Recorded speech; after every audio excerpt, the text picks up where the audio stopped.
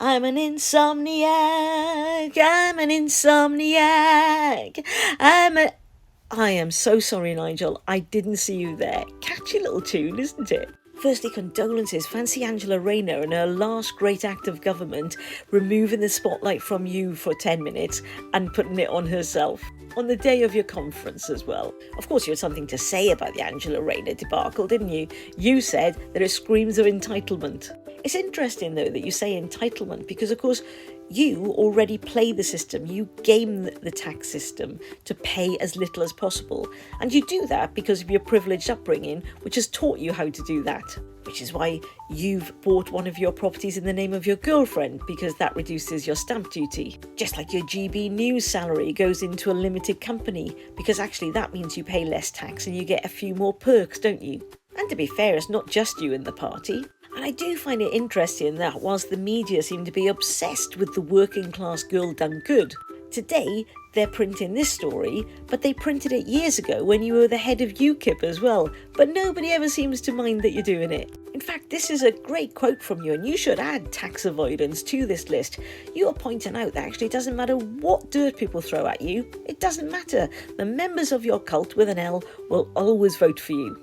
You went for NLP to make out that the government were going to collapse within the next 2 years. In a bid to keep up the momentum, you've told your members that you think there's going to be an election in 2 years' time.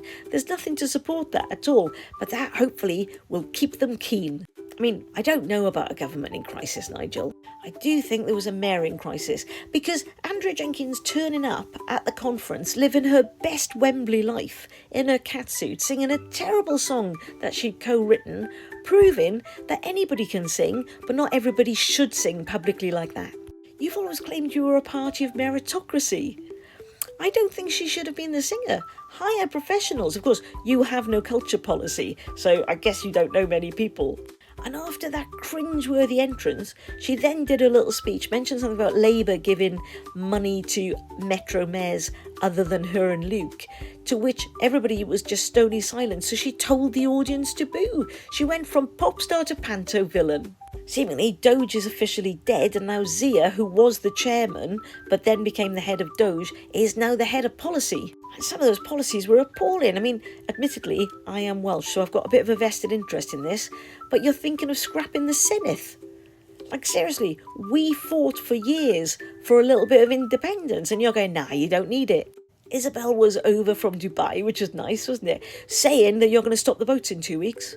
Which is a bit like Trump saying he is going to stop the Ukraine and Russian war in 48 hours, isn't it? It's like bollocks, but nobody cares anymore. Although I think we should care, because Zia has now said that it's your policy to not have elected members of parliament in your cabinet. Also known as Zia understanding that he'd never win an election to become an MP, so if he needs to get a seat at that cabinet table, he's going to have to do it by the fact he's just going to steamroll over our democracy. Meanwhile, the penny seems to have dropped for Layla a little bit that you're only taking the Tory rejects, and maybe that's not such a good idea for a party that's claiming that they're not the uni party. All of that's left me a little bit depressed, to be honest, Nigel, so I'm going to go off to listen to Andrea singing one more time because it really cheers me up, as you were.